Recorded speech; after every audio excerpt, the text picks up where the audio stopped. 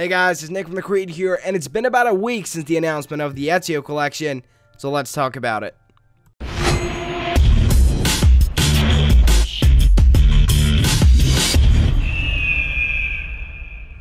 Over the last week, there's been a ton of videos from others in the community sharing their thoughts and, of course, speculating about the new collection. I, on the other hand, has been a bit quiet. The reason for that is that I don't really feel like there's anything new to report on. Sure, the game was announced and the trailer brought back to feels of a good old Assassin's Creed game, but other than that, there's not really much. My personal opinion of the collection is that I'm very excited. I'm looking forward to be playing through all the 3 games once again with better graphics and natively on my Xbox One. For sure, I was a little bit disappointed with what was shown because other than AC2, the graphical enhancement wasn't that obvious. However, I feel that this is a great opportunity for new fans of the franchise to be able to play through what's arguably the best Assassin's Creed games ever made on the current gen hardware at a reasonable price. And for the hardcore fans, it's awesome that you no longer need the old hardware and that you can keep the trilogy with you for many years to come on Xbox One and PS4. It also includes all the single player DLC, so for those who haven't bought it or never owned a copy on PS3, we'll definitely get something new to do. What we all need to remember and understand is that this is a remaster and not a remake. I for one wanted a full remake because it would be so cool to see the old games brought back to life with an upgraded engine and completely new character models, physics, animations, and textures. But if that was the case, they would have shown it at E3 and not announced it 2 months prior to release.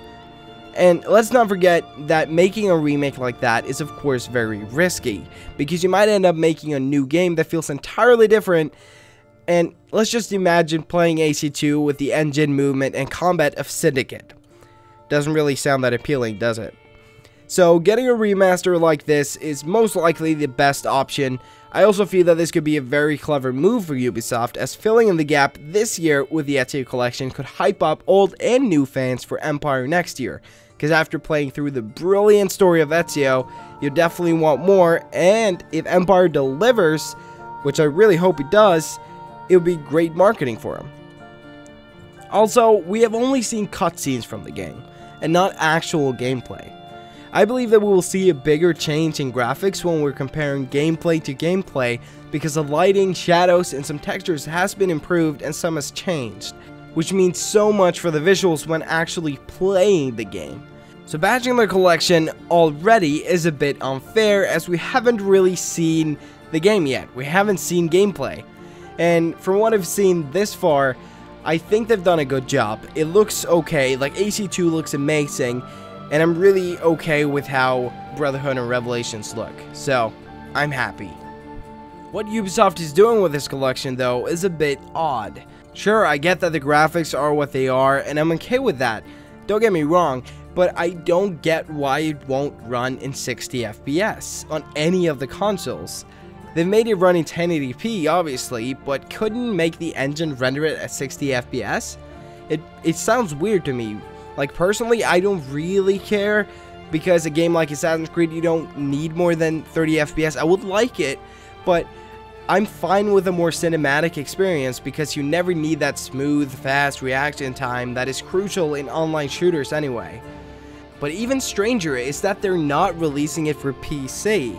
At least not yet. I don't think there has been any confirmation either way here, but Ubisoft tends to release games a couple of months later on PC anyway, so most likely I think it will be getting a PC port. I think they will get it for PC. It sounds really weird that it won't, but I find it really weird they're not talking about it.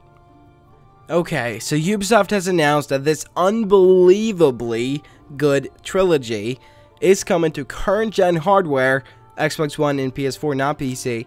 That alone is fantastic. On top of that, they have improved the graphics and resolution of the games.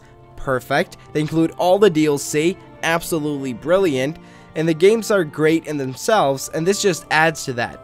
You can get all 3 games in one bundle with all the single player DLC for a lower price than a new release game. Honestly, it's a really good value. You get a lot for your money. I'm extremely excited to replay all the games, and I'm trying so hard to get it early so I can review it before release or on release. The game is coming out in about 2 months, or now it's actually less than 2 months, and that's probably the shortest time I've ever been able to be excited about a game, and I find that amazing. It's only 2 months. It's less than 2 months, and we can play this. So all in all, I'm giving Ubisoft a thumbs up on this one. It's welcomed by me, but Ubisoft, please don't close the door on a full remake.